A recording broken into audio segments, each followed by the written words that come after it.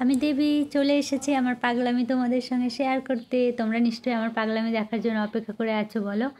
আর হ্যাঁ, তোমাদের কাছ থেকে অনেক ভালোবাসা পাচ্ছি, এই জন্য অনেক অনেক ধন্যবাদ। আমার ভিডিওগুলো ধৈর্য ধরে এইভাবে দেখার জন্য অসংখ্য ধন্যবাদ।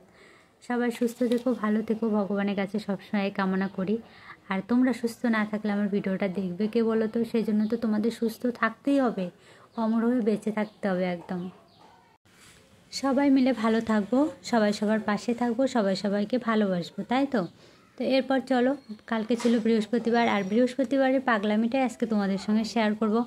আমি রেডি হয়ে চলে এসেছি কোথায় বলো তো? কোথায় যাচ্ছি ধৈর্য ধরে দেখো, আমি তো হেঁটে হেঁটে যাচ্ছি।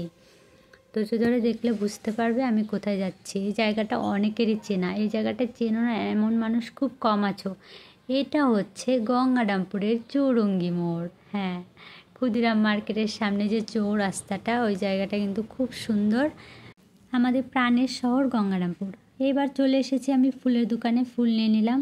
এখন যাচ্ছি পানের দোকানে, একটা পান লাগে, কেননা আজকে বৃহস্পতিবার পুজো করব, তাই ঘট পাল্টাতে হয়, তোমরা অনেকেই জানো। আর কত ফলমূল, কত সুন্দর সুন্দর সাজানো গোছানো মার্কেটের ভেতরে দোকানগুলো দেখো।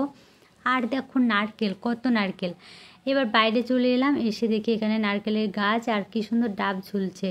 তো এগুলো দেখে দেখে চলে এলাম, দেখে চোখটা শান্তি। আর এত এত নারকেল দেখলাম, মনে হলো এই পুজোতে শুধু নাড়ু বানাও আর খাও। কে কে নাড়ু বানিয়েছিলে বলো তো? আমি কিন্তু নাড়ু টাড়ু বানাইনি গো। কি আর নাড়ু বানাবো, নারকেলের দাম শুনে মাথাই নষ্ট, তো নাড়ু বানানো হয়নি। এবার চলে এলাম আমি সুতার দোকানে একটা চেন নিতে। যে ব্যাগটা আমি বানাতে ধরেছিলাম, ব্যাগটাতে চেন লাগবে, তো চেন লাগানো হয়নি দেখে ওটা কমপ্লিট করে দিতেও পারছি না।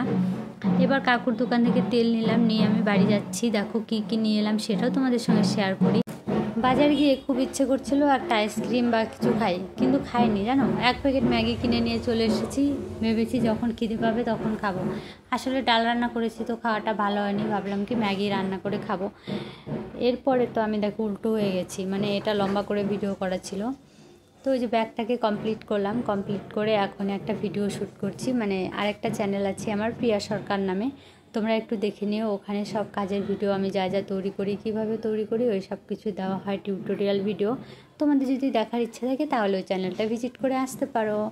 আর ব্যাগটা কেমন হয়েছে কমেন্ট করে কিন্তু জানাবে। এই দেখো খুব সুন্দর কিউট কিন্তু লাগছে ব্যাগটা, সত্যিই খুব সুন্দর হয়েছে।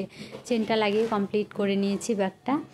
আর ব্যাগটাকে নিয়ে আমি যত ঢং করছিলাম, এইটুকু নিয়েই থাকি, সব সময় পাগলামো করতে থাকি। আর পাগল না হলে বেঁচে থাকা যাবে না, সেটাও বুঝে গেছি। এর মধ্যে দেখি আমার বান্ধবী এসে হাজির। তো দু বান্ধবী খাওয়া দাওয়া করলাম, খাওয়া দাওয়া করে ও মাথা আসছিল, আমি এখানে বসে আছি। আর এই যে বান্ধবীর মেয়ে সারাক্ষণ মোবাইল নিয়ে থাকে, তো মোবাইলে গেম খেলছে। দেখো কিছু বললে আবার দাঁত বের করে হাসে।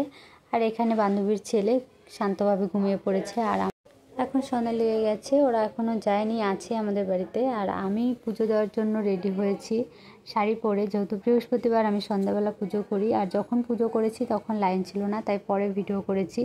ওরা বেরিয়ে গেল।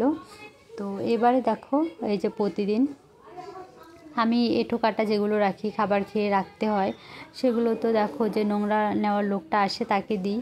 তো দেওয়ার আগে গিয়ে দেখি ওগুলো ছড়িয়ে ছিটিয়ে শেষ করে রাখে, কে রাখে বুঝতেই পারি না। আজকে ধরতে পেরেছি, তাই ক্যামেরা বন্দি করে রাখলাম, আমাকে দেখে পালিয়ে গেল।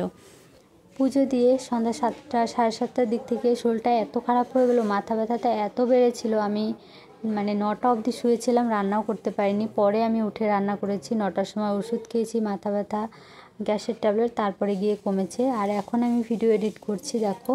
আর একটা ভিডিও এডিট করতে 2-2.5 ঘন্টা সময় লাগে, তারপরে তোমরা একটা লাইক কমেন্ট করো না, সেজন্য মনে খুব কষ্ট হয়, সেটাই এখানে আমি বোঝাতে চাইলাম।